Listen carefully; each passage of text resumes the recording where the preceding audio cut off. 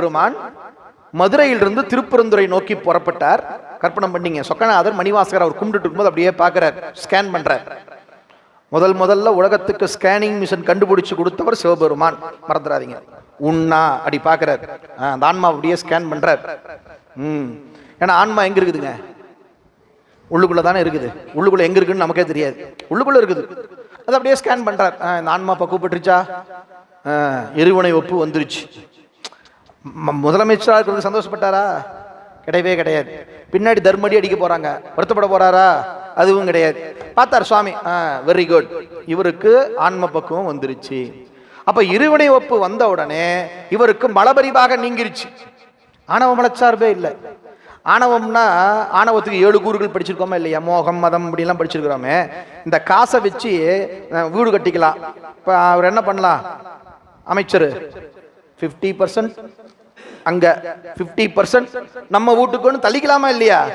அவர் அதெல்லாம் விரும்பலையாமா. 100% சிவத்துக்கு சிவனடியாருக்கு தான் போகணும் அப்படின்னு முடிவு பண்ணார்ல.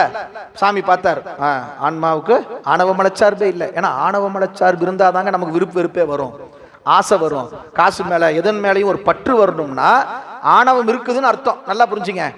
யாராவது எனக்கு ஆணவமே இல்லை சார் அப்படின்னா நம்ம கிட்ட எந்த பற்றும் இருக்கக்கூடாது. நான் வேலைக்கே போகல, காசு இல்லை, சம்பாதிக்கல. பின்னாடி இலக்கணம் சொல்றேன், ஒவ்வொன்றா சொல்ல புரியும் பாருங்களேன். அப்போ சாமி பார்த்தாரு, ஓகே இவர்கிட்ட இருவினை ஒப்பு வந்துருச்சு, மலபரிகம் ஆயிடுச்சு. அப்ப நாம திருவருள் கொடுத்துட வேண்டியதா, குருநாதராக நம்ம இறங்கி விட வேண்டியதா. பாருங்க, சத்தி நிபாதம்னா குருவருளாக வெளிப்பட்டு விட வேண்டியதுதான். சத்தி நிபாதம் என்ற வார்த்தையில சத்தி கூட்டல் பாதம் நமக்கு முக்கியம். அதை 3ஆ பிரிக்கணும். சத்தி கூட்டல் நீ கூட்டல் பாதம் = சத்தி நிபாதம். நீ என்பது ஒரு அசை, அது ஒரு இடை சொல்லுன்னு பேருக்கு. அதுக்கு நீக்கு அர்த்தமே கிடையாது. சக்தி எனப்படும் திருவருள் பாதமாக நம்மீது பதிவது, அதற்கு சத்தி நிபாதம்னு அர்த்தம். திருவருள் வீழ்ச்சின்னு ஒரு வார்த்தை படிச்சிருப்பீங்க, இருந்தாலும் நல்லா புரிஞ்சுங்க. சத்தி நிபாதம்னா என்னன்னா, சக்தி அதாவது சக்தியினுடைய பாதம் உயிரின் மேல் பதிவது தான் சத்தி நிபாதம். இப்ப பாருங்க, உண்மை புரியும் உங்களுக்கு.